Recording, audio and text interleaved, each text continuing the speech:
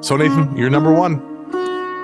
My number one, yeah, it has to do with the charity episode. That was a big one for me. I haven't had an epiphany like that in a long time, and it really did. It was a paradigm shift for me. And then again, the timing of Ward coming right after that, with basically the message that I had just received myself, somehow stumbled across, I guess, in that I was spending, for all the work and stuff that we've done and all of the things that we've done with recovery, and people are quick to tell me that I'm helping people and all that kind of stuff, but I was still in here all the time, still too much in here in my head, thinking and thinking and thinking, and thinking still that I could do, I could get through life and be just fine on my own, and that other people were like an option. That was still the underlying kind of format that I was running. And I didn't realize the extent of it until I kind of, I really, it hit me. It really hit me how I was, how beneficial it is for just so many reasons to look outside of yourself and to make an effort to look outside of yourself, connect with people. It can be a surface connection. That's fine. I like deep connections more, but whatever, just for every time that you are engaging in a connection with another human being, it's very difficult to be listening to your own rhetoric. I mean, it can still go on during conversation, don't get me wrong. But what I'm saying is, being alone with your thoughts, if you have the type of mind that I do and the type of mind that you do, it can be bad. It can be bad. And you can be very skilled at, CBT, and you can have all the, I don't know, kind of tools you want to deal with that. But really, it's about other people and understanding that that's what it comes down to, man. It's not, it's not every man for himself, every woman for herself. We're in a situation together. We all have problems. Like, and it's not about trying to be some altruistic person or whatever. It's got nothing to do with that.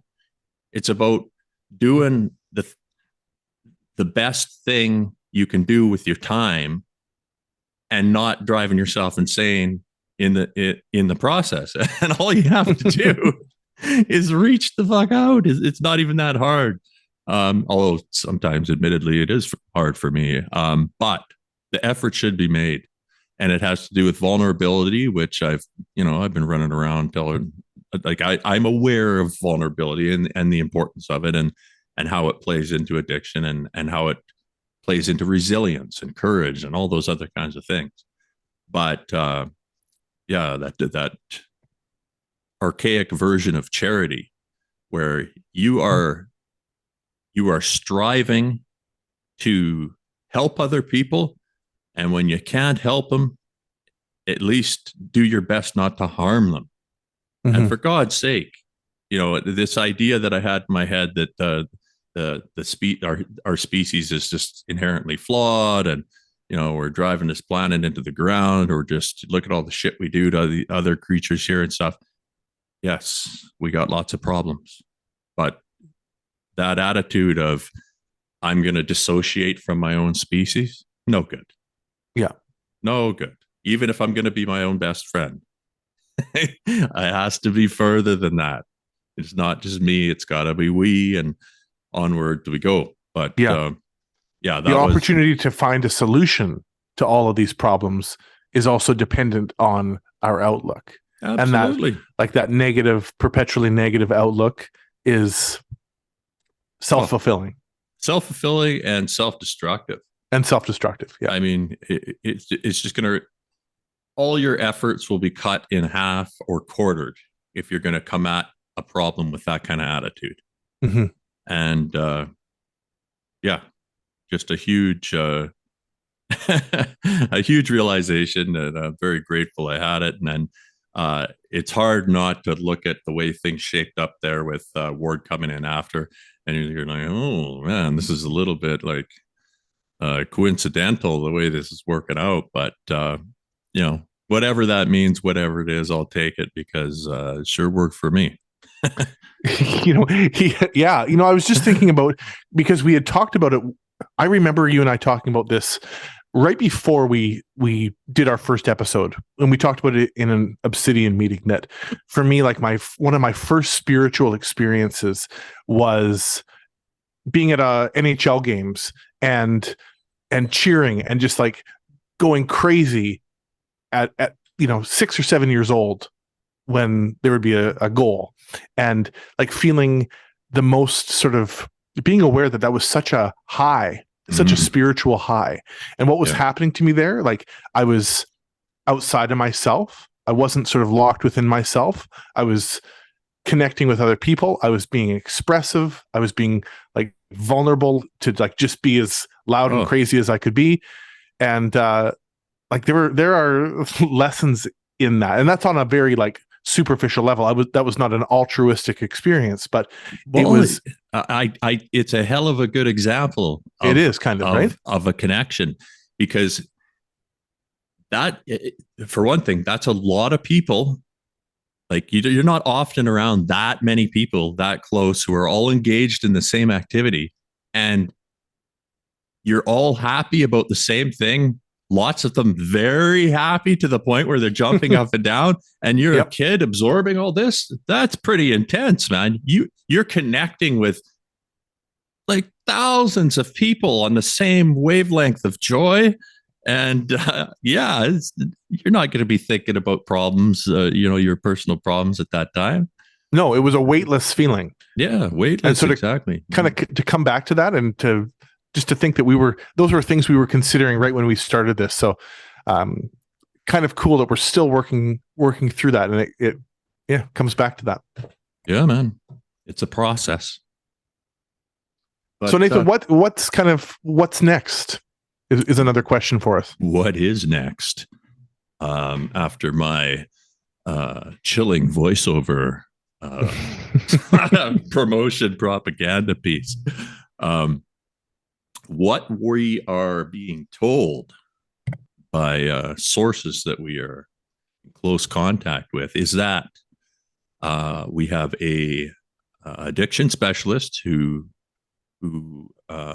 actually works with some of the clients that I have in my Obsidian groups, and she is willing to come on the show, and she would like to provide a perspective from a physician working within the interior of this machine complex. Yeah. And we want to, first of all, we're very thankful that she's agreed to do this. We want to get as much kind of a positive outcome as possible. So I think if we can, have a discourse about what she sees from her perspective that's beneficial, and what she sees that needs to change from her position as a physician in there. Position as a physician. I think it'll be. I mean, it's got a lot of potential to maybe to give some people some ideas to work with as to at least a framework of an understanding as to why some of these processes are persistent, even though from what we went through, and from just a person who would look at the situation as an outsider and be like, oh, this is a weird kind of setup. How come we're doing it this way? Yeah. Hopefully we can shed some light on some of the questions people have. That's going to be the goal here. So we'll see. She's agreed to come on, and once we get a date firmed up, we're hoping to do it for. It'll be a part of our first year anniversary special, mm-hmm. and we'll try and make it an epic one.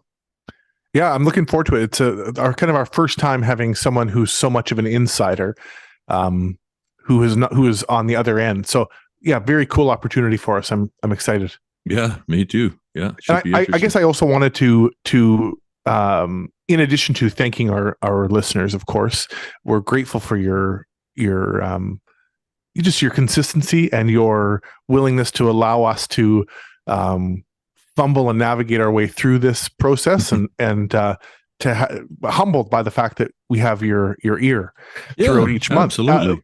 But I'll also say that, if there are listeners out there who are in safety sensitive jobs and in healthcare who are interested in telling their story or would be interested in talking to us even offline, we'd be more than happy to have that conversation. And we're interested in expanding that part too, that we want other people's stories and to provide that outlet for people too. I'm also specifically interested in stories from our American listeners. We have a good number of listeners in the United States of America, and we haven't had a guest on apart from Maya from the States. So if there's anyone listening who wants to come on and chat with us, we'd be more than happy to talk to you. Absolutely. Yeah, I'd love to hear from somebody down there.